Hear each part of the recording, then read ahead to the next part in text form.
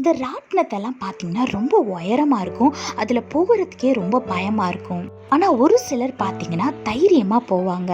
ஏன்னா அதை நல்லா ஸ்ட்ராங்காக தான் கட்டியிருப்பாங்க. நம்ம கீழே விழாத மாதிரி நல்லா ஸ்ட்ராங்காக தான் கட்டியிருப்பாங்கன்ற ஒரு நம்பிக்கையோட ஜாலியாக அந்த ராட்டினத்தில் ஏறி சுற்றி வருவாங்க. இதே மாத்தாங்க நம்மளோட வாழ்க்கையில் நம்ம நம்பிக்கை எது மேலே யார் மேலே இருக்குதோ அதுக்கு ஏற்ற மாதிரி நம்ம பயப்படாமல் எந்த காரியம்னாலும் செய்வோம். வேதத்தில் பாருங்க, சங்கீதம் 56:11 போட்டிருக்கு, தேவனையே நம்பி இருக்கிறேன், நான் பயப்படேன், மனுஷன் எனக்கு என்ன செய்வான்னு வேதத்தில் போட்டிருக்கு. ஆமாங்க, உங்களோட நம்பிக்கை ஏசப்பா மேலே இருக்கும்போது, நம்ம தேவன் மேலே இருக்கும்போது நீங்கள் எதை பார்த்தும் பயப்பட மாட்டீங்க.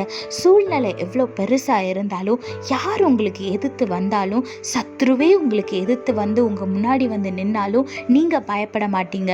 ஏன்னா உங்கள் நம்பிக்கை தேவன் மேலே இருக்கனால உங்களுக்கு தெரியும் தேவன் எவ்வளோ பெரியவர்னு உங்களுக்கு தெரியறனால நீங்கள் எதை பார்த்தும் பயப்பட மாட்டீங்க.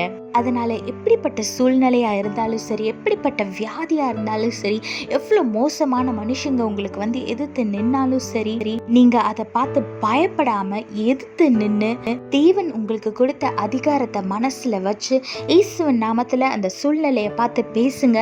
அந்த சூழ்நிலை மாறும், அந்த வியாதி விலகி போகும். யார் எதிர்த்து வராங்களோ அவங்களே உங்களுக்கு பட்சமாக வந்து உங்களுக்கு தீமை செய்யணும்னு நினச்சவங்களே உங்களுக்கு நன்மை செய்வாங்க. அதனால எதை பார்த்தோ யாரை பார்த்தோ பயப்படாம தேவனை மட்டும் நம்பி இருங்க. வெற்றி நிச்சயமா உங்களுக்கு தான். தேவனை நம்பிருங்க, பயம் இல்லாத வாழ்க்கையை, வெற்றி நிறைந்த வாழ்க்கையை வாழுங்க. கர்த்தர் உங்களோடு கூட இருந்து உங்களை ஆசீர்வதித்து பாதுகாத்து வழி நடத்துவாராக. ஆமீன். Most of the people are very scared of the rides in the theme park, but some of them will boldly go on them and have fun.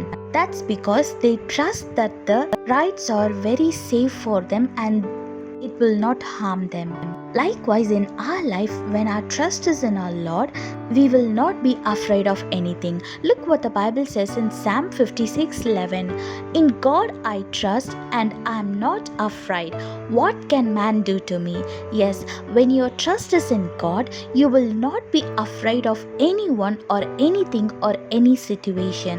If you know how great our God is, you will not be afraid of anything. So whenever you're facing a problem, remember how great our God is and talk to the situation in Jesus' name, and all the problems will fade away and all the diseases will vanish from your body, and those who came against you will come to your side and will do good things to you.